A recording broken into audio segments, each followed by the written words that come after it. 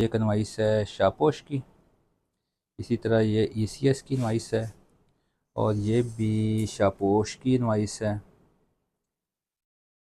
और ये लोगो की इनवाइस है, ये डाइनर्स की है और ये एक बिल स्लिप है।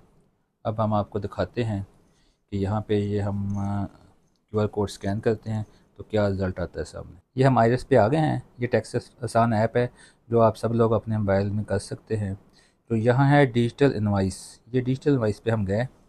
अब हम ये एक इनवाइस है इसकी शापोश की, इसको हम ये कर रहे हैं जी नाम, ये ले, इसको इसने स्कैन किया, ये आ गया your invoice is not verified, do you want to report it. Okay हो गया। अब आप अगली करते हैं, दोबारा स्कैन करें, ये ECS की है, ये ECS की आ गई जी। ये भी कहते हैं जी इनवैलिड है, वेरीफाइड नहीं हुई। यहाँ से हम वापस जाते हैं अगली, ये फिर शापोश की एक इनवाइस है, ये देखते हैं जी, ये भी कहते हैं जी वेरीफाइड नहीं हुई और रिपोर्ट करें। ओके, अगली पे हम आ जाते हैं जी। ये है जनाब लोगों की, स्कैन ही नहीं हो रहा। ये हम कोशिश कर रहे हैं कि इसका QR कोड स्कैन करें, लेकिन ये इसका लोगों का स्कैन ही नहीं हो रहा। अब इसका इनकी बिलिंग पता नहीं कैसी है, ना स्कैन हो और ना ही जनाब इसका हम कंप्लेंट कहीं कर सके। चलो जी, आगे हम फिर डाइनर्स पे चलते हैं। ये डाइनर्स की स्कैन हो गई है फ़ौरन और ये भी कहते हैं कि इनवाइस जो वेरीफाइड नहीं है। खुश कर दें। ये अब हम आ गए हैं जी, रिपोर्ट करते हैं। अब हम देखते हैं कि रिपोर्ट कैसे होनी है। ये हम वहाँ गए स्कैनर पे, इनवाइस को हम स्कैन करते हैं, ये है जी स्कैन। ये अब क्या कह रहे हैं जी कि वेरीफाइड नहीं हुई, चलिए हम रिपोर्ट करना चाहते हैं।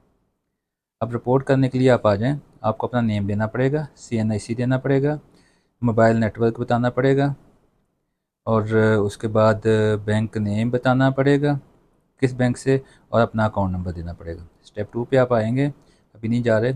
स्टेप 2 पे आपको रिटेलर की पूरी डिटेल देनी पड़ेगी, उसका शॉप का सारा देना पड़ेगा, एड्रेस वगैरह और बिलिंग और सारी चीज़। स्टेप 3 पे आ जाए, इनवाइस की आपको मुकम्मल डिटेल देनी पड़ेगी और फिर आप वैलिडेट करेंगे और उसके बाद ये आप सबमिट कर सकेंगे।